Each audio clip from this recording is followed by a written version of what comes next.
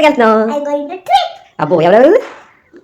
Mummy daddy నేను అన్న వెళ్తాం. పాప చెప్పినట్లుగా చాలా రోజుల ట్రిప్ కాదండి, 1 డే ట్రిప్. మేమైతే యాదాద్రి వచ్చాము 3 ఫ్యామిలీస్ కలిపి.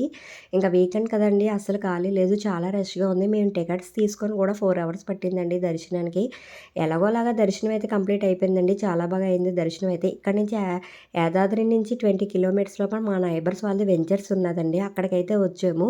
మేము ఫుడ్ అంతా ప్రిపేర్ చేసుకొని పట్టుకొని వెళ్ళిపోయి ఇంకా అక్కడ జామ తోట, మామిడి తోటలు అన్నీ పీస్ఫుల్గా ఉందండి. అక్కడే కూర్చొని మేము తినేసాము. నేనైతే వీడియోస్ పెట్టలేదు, తీయలేదు అసలు. ఇంకా అలాగే ఇక్కడే ప్లే ఏరియా, పిల్లలు ఆడుకోవడానికి ప్లే ఏరియా అంతా ఉంది, స్విమ్మింగ్ ఉంది.